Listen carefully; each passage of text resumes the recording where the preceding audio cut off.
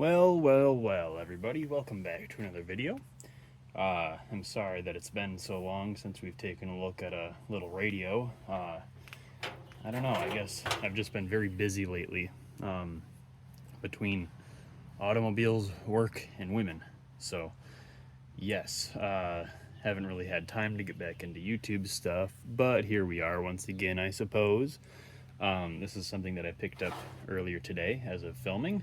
It is an RCA Victor model 65X2. Just a little 5-tube radio by the looks of it. Only 20 watts. Usually these are 30. No, that is 30 watts. Sorry, my bad. Really common, really generic, really basic radio. AM only. The tag said worked, so I don't know what that means. Maybe it means that it hummed with filter capacitor. Maybe it just means that there is a light buzz from audio. Look at that power cord. Looks original. I believe this is probably about a 1946, if I had to guess. I think it's like just post-war. Maybe as new as like 48, but nothing much past 48, I'd imagine. Look at how those are wiggling in there. That's awesome. I can't believe they just plugged this in. That's cool. It's kind of a cool little design there. Coming to the back, just got a basic loop antenna. It's octals with those automatic branded IF cans. That's kind of an interesting combo there. Usually it's like mini tubes in the mini IF cans. But yeah, I guess that's kind of that transitional period after the war. Something to note is that the back panel is missing, but not the antenna. There would be a back panel over this because it has these little clip things that are on there. So that must have probably broken and it's long gone now, probably melted back into the earth. But yeah, let's open it up and take a look. Just 2 screws, remove the knobs, and we're in. Some good crustiness back in there. Got kind of an interesting speaker design here. Usually you don't see them with that thing. Usually it's just flat. So that's kind of cool. Our dial cord looks all right. Slips a little bit, but it's not broken, so can't take that for granted.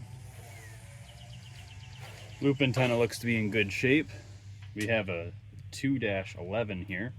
I wonder if that has to do with a production date or something. February 11th?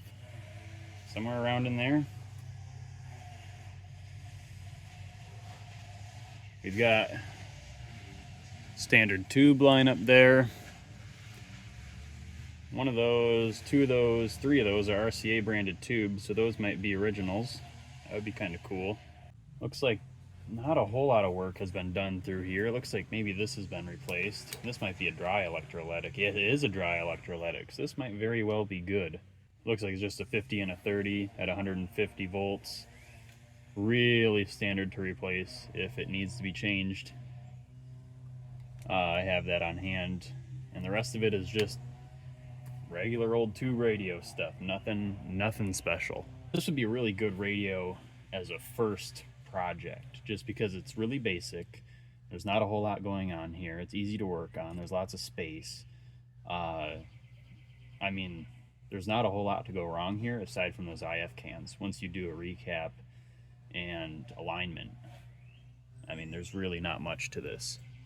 Well, I mean, nothing looks to have exploded underneath. Things have gotten hot, you can tell, because all the wax is dripping down from those capacitors, but somebody else plugged this in, so why can't we, right? Okay, well, I looked over the power cord. I mean, it's going to need to be replaced for actual use, but I mean, it'll hold as is. Look at that, it's like loose teeth. I'm sure we all know that feeling. But we're just gonna plug this in, turn it on.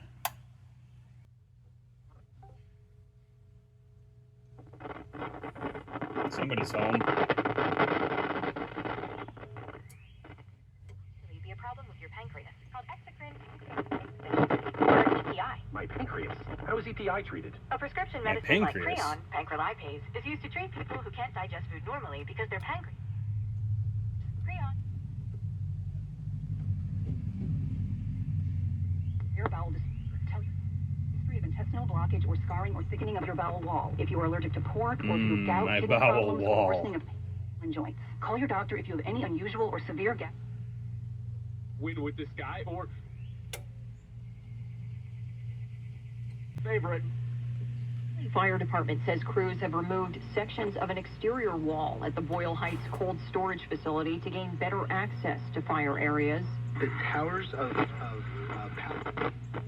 I mean, it works. I'll give them that much. That's that dry electrolytic staying in shape. I'm just going to leave that one in there. We're going to change those other capacitors because you can tell that they've gotten hot, and you might not be able to necessarily hear that while the radio is on and running, but we'll just leave that dry electrolytic in there. That should be fine. I know it's probably a replacement anyway. It's probably, I don't know, from the 50s, I would say, maybe 1955 or so. So we'll just leave that there, which is kind of nice. It can save a couple pennies on having to spend some of these. We'll just go to our BoJack Horseman branded capacitor kit for the rest of it. Yeah, this is just going to be a simple one. That's kind of what I thought going into it, but yep. We will need to get a new power cord though. That will be a must for long-term use. I do like the fact that this one held up so nicely though. That thing is 80 years old. I looked it up and this is a 1946. So that is that's an old power cord. If it's original, which it looks like it probably is. But anyways, let's go get a new power cord for this, and well, let's do a little radio repair. And before I head out here, I just want to show all the work that I've done on this car. There's a fender. Ooh, some water. That one rusted through, so I replaced it. That's nice. You got a blower motor here. Got a guy walking around over there, or not walking but driving. This was dead. That needed to be replaced. You can hear the bearings on it are completely shot. Let's see, we got a tail light here.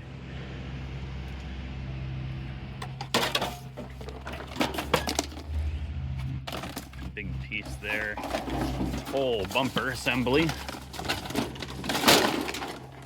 We got a mirror. Hi. And yeah, that's about it so far. This is gonna have to be dumped. That is off of a 2012 Mazda 6. Good car. It was made by Ford, actually. If you know, you know. So it's got a Ford engine and Ford body and all that. Made in Detroit. So yeah, I mean, it's a nice car. Only 140,000 miles on it. Extremely reliable. Literally never let us down anywhere. Never needed to go into a shop for a mechanical repair. Just tires, brakes, and I mean, that's about it. You know, exhaust replacement. Nothing serious. Very, very good car. And I, of course, don't mean to get too distracted here, but you can see the fender that I replaced is just spray paint. It looks close enough. I mean, better than having a big rust hole in it, I suppose. There's the new bumper. Same deal there. Translated over very nicely. It was only about $300 worth of parts. Very, very nice. And that bumper was like completely smashed to hell. I mean, it was goner. Well, let's get into the meat and potatoes of this repair. With the birds chirping loudly. We got just a standard power cord. It's actually technically an extension cord, but it was way cheaper than the random appliance generic power cord. So we're just gonna have to cut it off, which I'm gonna feel a little bad about, I guess, just because it feels like kind of a waste, but oh well. And dry electrolytic right there. Those things hold up, I tell you. So we're gonna start with our power cord. No, actually we'll finish with the power cord because we got capacitors like down in there we gotta take care of first. So all right, let's get into it. Well, we're done with all the paper capacitors. We're going to leave those dominoes in place for now, but I might change those because I know that a lot of times those are just paper capacitors in a domino package. But what a lot of people say about those is that they're super precision capacitors. They don't leak, they don't drift, but I think that's only some of them, and I don't think these are that kind because I think these are pretty cheap ones. I think everything on this is pretty cheap. This was a bottom of the bin, cheap radio, throw it in the kitchen, throw it at your cabin or whatever. I mean, this was not a super expensive unit by any means, and that's why these are so common, is because people seem to have them, you know, and they're cheap. You just get one. And that's not to say that they were like actually cheap for the day. I mean, this is still probably the equivalent of maybe a couple $100 or whatever. But I mean, you know, it's like the on-brand TV at Walmart. You just go out and get one.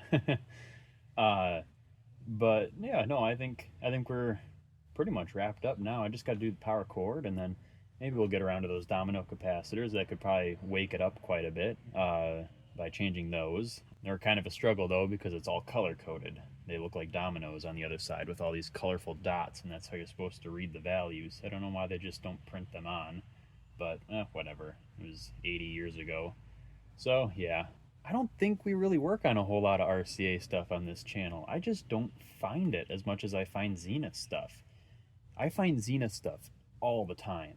RCA stuff, not nearly as much. Which is weird because I think numbers-wise, RCA was outselling Zenith, maybe? I don't know. They were probably pretty similar in sales. And I think part of that is because if you had a Zenith thing, you probably took much better care of it than something like this, a cheap RCA. So I think a lot of these cheaper RCAs got thrown away in the 60s or 70s or whatever. And the Zenith stuff was kept around, and that's why there's still so much of it. That could also be regional too. I live in northern Wisconsin, and only a few hours south of me is Chicago. Several hours south, I guess. And that's where Zenith was made. But then again, a lot of brands were made in Chicago. Alright, we got a power cord installed with a little knot. She ain't going nowhere, my friends. That's safe. Let's throw it together and let's see if it still powers on.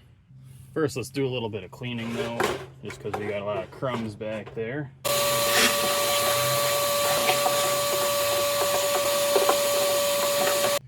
Okay, that should be good enough. Let's plug it in. Make sure it's powered on. In Pennsylvania, Democratic Socialists seem to be doing considerably better than the chance to knock off, in fact, Democratic incumbents in Congress. Oh, it works. And part of the reason for that, why we're seeing these Democrats protect your future and finances with LifeLock. Join today, 30%. Sounds about as good as it did before, to be honest. Wait a minute. So yeah, I mean, it works good. I should probably spray this down with some WD-40 or something. It's still a little bit crackly. And that leaves me with one thing though. What are we going to do about this cabinet? Because I like the way that it looks. It's very 40s. But it's not in good shape. That's to say the least. At least the paint is not in good shape. You can see it crumbles off like that. I mean, look at that. So we could paint this a color. I could completely strip it, and we could just have the base plastic, which is black. I was actually expecting it to be like a walnut kind of pattern, swirly bakelite. Look at that. I'm pretty sure this is probably the original paint. I could also see it looking cool in like a green or a red. I think that would look nice. It would also look nice if I just repainted it cream, this kind of cream color too. It's a very nice color. It works well with the radio and the knobs and stuff. But yeah, we should do something about that. I never really do cosmetic stuff when I work on these. It's mainly just electrical stuff. So my collection is functional, but it doesn't look nice. Like just kind of as a basic rule of thumb. So this one might be kind of a fun one to try to do some cosmetic work with. This is just, I mean, this is rough. It's going to be very easy to remove the paint at least. Look at that. Oh, even the screwdriver agreed. It seems to be working all right. I should change those domino caps though, and I should get in the habit of just changing them while I'm in there working on things for the first round, because I guarantee you they're probably out of spec. Anyways, that should do it for this one. Thanks for watching, and I'll see you in the next one.